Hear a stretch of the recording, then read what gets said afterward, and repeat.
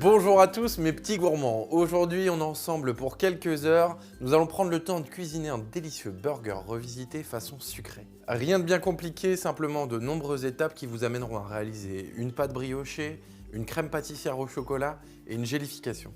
Pour réaliser notre pain brioché, vous allez avoir besoin de 250 g de farine, 35 g de sucre, 10 centilitres de lait tiède, un œuf entier et un jaune d'œuf pour notre dorure, 60 g de beurre mou, un sachet de levure boulangère, une pincée de sel et pour terminer, des perles de sucre pour mettre sur notre brioche. Pour notre gelée de framboise, il nous faudra 150 g de coulis de framboise et 5 feuilles de gélatine. Pour notre gelée jus d'orange, vous allez avoir besoin de 50 centilitres de jus d'orange sans pulpe, 10 feuilles de gélatine et 150 g de sucre. Et pour terminer, nous réalisons notre crème pâtissière. Vous allez avoir besoin d'un demi-litre de lait, 25 g de maïzena, 25 g de farine, 3 jaunes d'œufs, 140 g de sucre, 150 g de chocolat noir, une gousse de vanille et enfin 8 à 10 framboises pour notre garniture. Première étape, nous allons diluer notre levure boulangère dans notre lait tiède. On mélange un petit peu et on laisse reposer 10 à 15 minutes. Pendant ce temps-là, dans un saladier, je vais venir mélanger ma farine, mon sucre, mon beurre mou et mon œuf entier.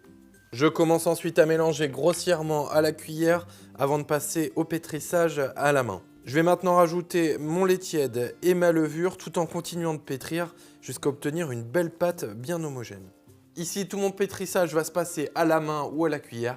Je vais vraiment bien prendre le temps de travailler ma pâte jusqu'à obtenir un mélange bien homogène et bien lisse. Petit conseil, si vous avez un robot pâtissier, n'hésitez pas à l'utiliser. Vous gagnerez en temps et en efficacité. Dans ce cas, vitesse 2 pour 10 minutes de pétrissage. Pour notre pétrissage à la main, nous allons fleurer légèrement notre plan de travail. Ici, on n'utilise la pâte que quand elle ne colle plus au doigt, comme ceci. On la dépose, on l'aplatit légèrement. On va tirer. On replie, on écrase et on répète l'opération jusqu'à obtenir une pâte bien lisse et bien élastique. Ma pâte est maintenant prête, elle est parfaite, elle a une bonne odeur de levure. On va pouvoir la remettre dans un saladier, on couvre au contact d'un film plastique et on laisse reposer à température ambiante pendant 1h30 minimum. Pendant que ma brioche est en train de monter, je vais préparer ma crème pâtissière. Ici, je découpe ma gousse de vanille à l'aide d'un couteau, je récupère les grains, je mets dans une casserole avec mon lait et je porte à ébullition. Pendant que mon lait est en train de bouillir, j'en profite pour blanchir mes jaunes d'œufs avec le sucre. Alors ici, on va fouetter énergiquement pendant 2 à 3 minutes. J'ajoute maintenant ma maïzena et ma farine tout en continuant à mélanger jusqu'à ce qu'elles soient bien incorporées. Je retourne maintenant sur mon lait qui arrive doucement à ébullition. Je vais pouvoir retirer la gousse de vanille, ajouter mon chocolat et le laisser fondre tranquillement pendant 1 minute. Je récupère mon lait au chocolat que je vais venir verser sur ma préparation à base d'œufs.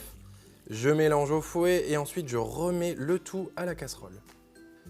Ici, notre crème pâtissière va commencer à prendre. On continue bien à mélanger jusqu'à ce qu'elle ait une belle texture et qu'elle nappe correctement notre cuillère.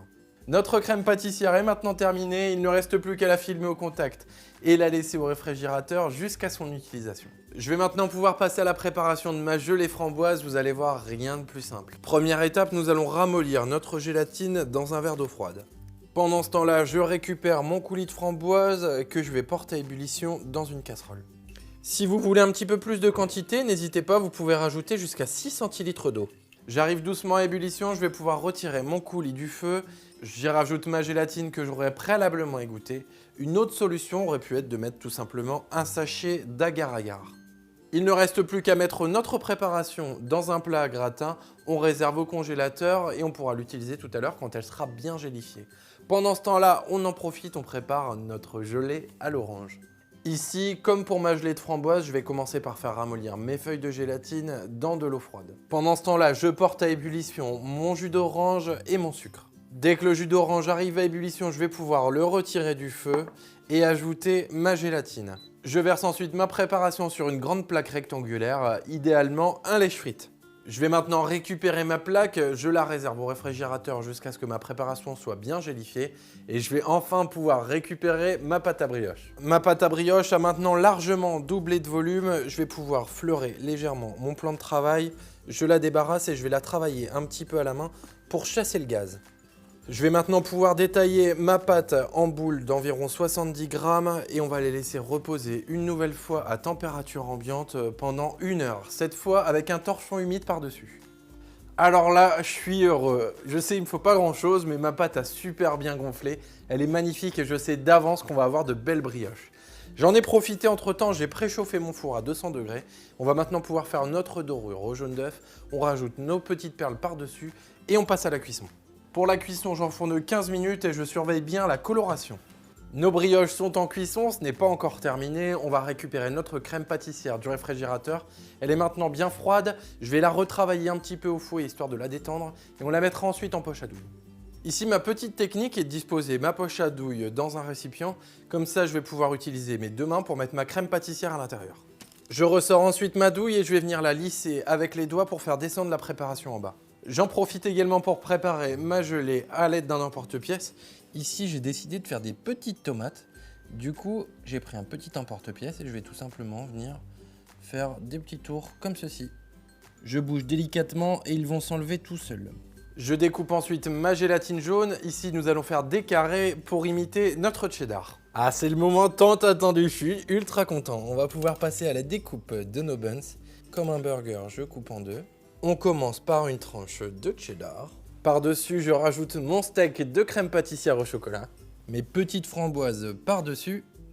Une petite rondelle de tomate. Et notre burger est terminé. Voilà, je suis très content d'avoir partagé cette découverte avec vous. J'espère que vous l'apprécierez.